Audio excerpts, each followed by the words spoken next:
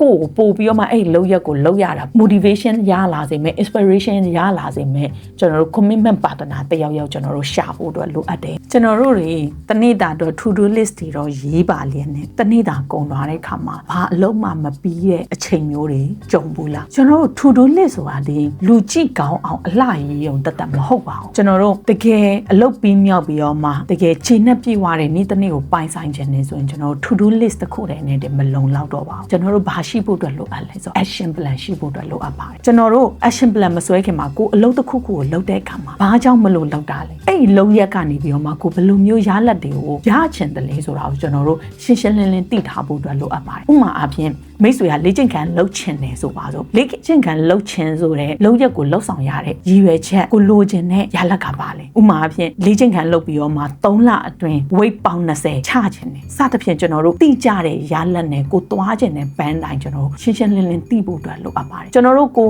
သွားချင်တဲ့ဘန်းတိုင်းကိုဖန်တီးချင်တဲ့ရလဒ်ကိုသိပြီဆိုရင်နောက်တစ်ဆင့်အနေနဲ့ကျွန်တော်တို့ action plan စဆွဲလို့ရပါပြီကျွန်တော် action plan ဆွဲတဲ့အခါမှာ 5W1A ဆိုတဲ့ Fusion တဲ့နည်းလမ်းလေးကိုကျွန်တော်တို့အသုံးပြုလို့ရပါတယ်ကျွန်တော် 5W1A ဆိုတာဘာလဲနံပါတ်1ကတော့ကျွန်တော် what လို့ခေါ်တယ်ကိုဘာလုပ်မှာလဲဆိုတဲ့အရာကိုကျွန်တော်သိဖို့လိုအပ်ပါတယ်ကျွန်တော်တို့လေ့ကျင့်ခန်းလုပ်မှာလားဒါမှမဟုတ်လေ့ကျင့်ခန်းလုပ်တယ်ဆိုရင်လည်းဘယ်လိုပုံစံမျိုးနဲ့လေ့ကျင့်ခန်းလုပ်မှာလဲယောဂကျင့်မှာလားဒါမှမဟုတ်ရင်လည်းပြေးဆက်ပုံမှာပြေးမှာလားစသဖြင့်ကိုဘာလုပ်မလဲဆိုတာကျွန်တော်တို့ရှင်းရှင်းလင်းလင်းရှိဖို့လိုအပ်တယ်နံပါတ်2ကတော့ကျွန်တော်တို့ဘာလဲဆိုတော့ one လို့ခေါ်တယ်ဘယ်အချိန်လုပ်မှာလဲဟုတ်ပြီယောဂကျင့်မယ်ဆိုရင်မနက်ခင်မှာကျင့်မှာလားညနေဘက်မှာကျင့်မှာလားမနက်ခင်မှာဆိုရင်လည်းဘယ်အချိန်လဲမနက်7 နာရီ9 နာရီစသဖြင့်ကိုလေ့ကျင့်မဲ့အချိန်ကိုအဲ့ဒီလုပ်ရက်ကိုလုံးမဲ့အချိန်ကိုကျွန်တော်တို့တေးချာချာသတ်မှတ်ပြီးတော့မှအဲ့ဒီအချိန်ကိုကျွန်တော်တို့ time block လုပ်ထားဖို့အတွက်လိုအပ်ပါနံပါတ်3ကတော့ကျွန်တော်တို့ where လို့ခေါ်ပါတယ်ဘယ်နေရာမှာလုပ်မှာလဲကျွန်တော်တို့လေ့ကျင့်ခန်းလုပ်မယ် gym ဆော့မယ်ဆိုရင်လည်းကိုယ့်ရဲ့အိမ်မှာပဲဆော့မှာလားဒါမှမဟုတ်လည်း gym ကိုတွားပြီးတော့မှလုပ်မှာလားစသဖြင့်ကျွန်တော်တို့ကိုအဲ့ဒီလုပ်ရက်ကိုဘယ်နေရာမှာလုပ်မှာလဲဆိုတော့ကျွန်တော်တို့တိတိကျကျ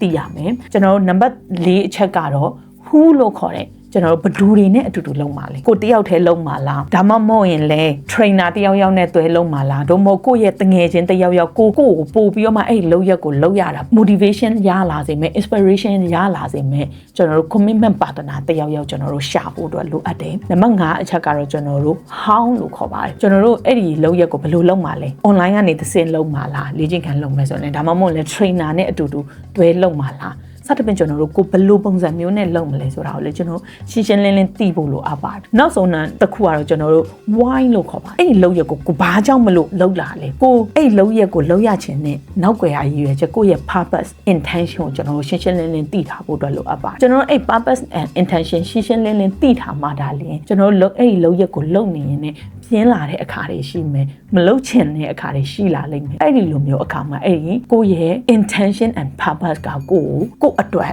ဖြည့်စည်းတစ်ခုလိုမျိုးကိုပြန်ပြီး inspiration ပေးလာနိုင်ပါလိမ့်မယ်ကျွန်တော်တို့ action plan တွေချပြီးသွားပြီဆိုရင်ကျွန်တော်အမြဲတမ်းမှတ်ထားရမယ့်အရာတစ်ခုဒီကျွန်တော်တို့ consistency over intensity ဆိုတာကိုကျွန်တော်တို့အမြဲတမ်းသိထားဖို့အတွက်လိုအပ်ပါတယ်ကျွန်တော်တို့ခြေလမ်းကြီးကြီးကျယ်ကျယ်လမ်းဖို့ထက်ကျွန်တော်တို့ခြေလမ်းတွေကိုပုံမှန်လေးလမ်းနေဖို့ဒီပို့ပြီးတော့မှအရေးကြီးပါတယ်ကိုလုံးမဲ့လုပ်ရက်ကို action plan ချထားတဲ့အတိုင်းကျွန်တော်တို့နေ့စဉ် commitment အပြည့်နဲ့ consistency ရှိသွားမယ်ဆိုရင်ကျွန်တော်တို့ကိုလိုချင်တဲ့ရလဒ်တွေကိုအကောင်းဆုံးဖန်တီးလာနိုင်ပါလိမ့်မယ်မိတ်ဆွေအနေနဲ့ရောဒီနေ့အတွက် action plan ချပြီးသွားပြီလား action plan မချရသေးဘူးဆိုရင်ဒီ 5W1A ဆိုတဲ့နည်းလမ်းလေးကိုသုံးပြုပြီးတော့မှ action plan ချကြည့်ပါမိတ်ဆွေအတွက်ဒီ 5W1H မှာဘယ်အချက်ကကိုယ့်အတွက်အခက်ခဲဆုံးလဲဘယ်အရာတွေကတော့ကိုယ့်အတွက်အပတ်ပိုးဖြစ်စေတယ်လဲဆိုတာကိုကျွန်တော် comment မှာပြင်ပြီးတော့မှလာပြီးမျှဝေပေးပါဦးကျွန်တော်မိတ်ဆွေတို့ရဲ့ feedback တွေကိုကြည့်ရှုဖို့ရအတွက်စောင့်မျှော်နေပါမယ်ကျွန်တော်တို့နောက်ထပ်ဗီဒီယိုတွေမှာပြန်ဆောင်ကြပါမယ်အားလုံးကိုကျေးဇူးတင်ပါတယ်ကျွန်တော်ကတော့ Jennifer A ပဲဖြစ်ပါတယ်